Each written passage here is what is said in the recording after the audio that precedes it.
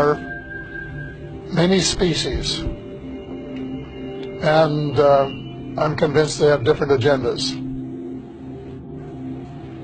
Just like maybe the United States, Russia, China might have different agendas. So if you say, well, what do Earthlings think?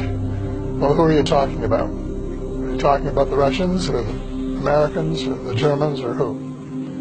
And I think there have been face-to-face meetings, probably with species who look very much like humans. And some of them come from planets in our own solar system. And they are people who could be walking down the corridors of the Pentagon and would be unrecognized. Then there are other species, such as the Greys, for example, which are very distinct in their looks. They're short, they have very large heads, very long arms, and very big eyes, and they're more like the ones that we usually see in the cartoons of extraterrestrials. They're not little green men, which we used to say, little green men from Mars, but they're short, dark-skinned, what they were designated as by the United States government, extraterrestrial biological entities, EBs. So the EBs, that group of them, look very different. And they may have an agenda which is quite different from some of the others, because there are different degrees of spirituality.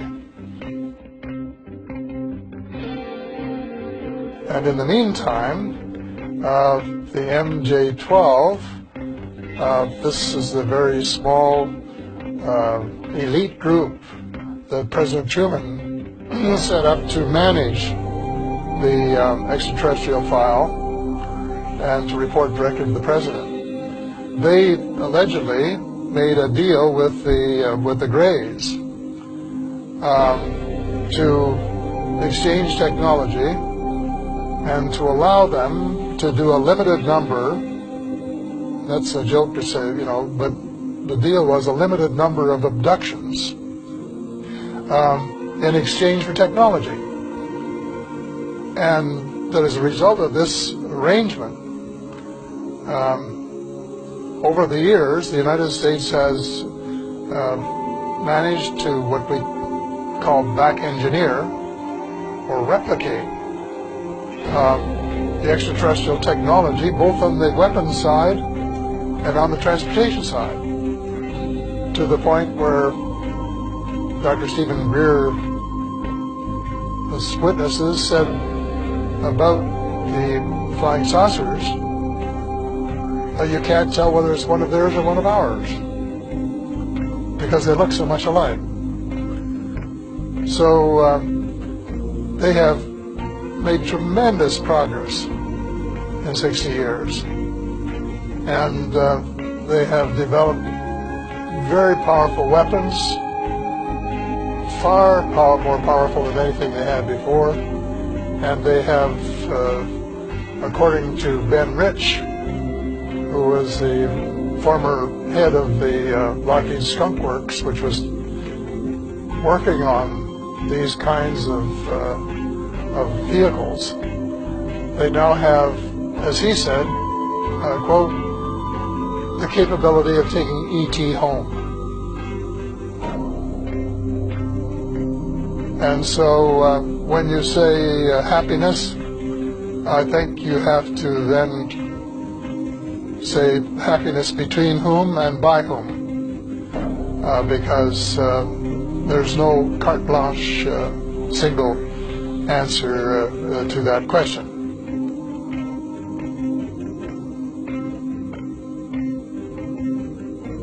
I know that there is some concern about one breed of reptilians, and that maybe they have some connection with the Greys. I don't know.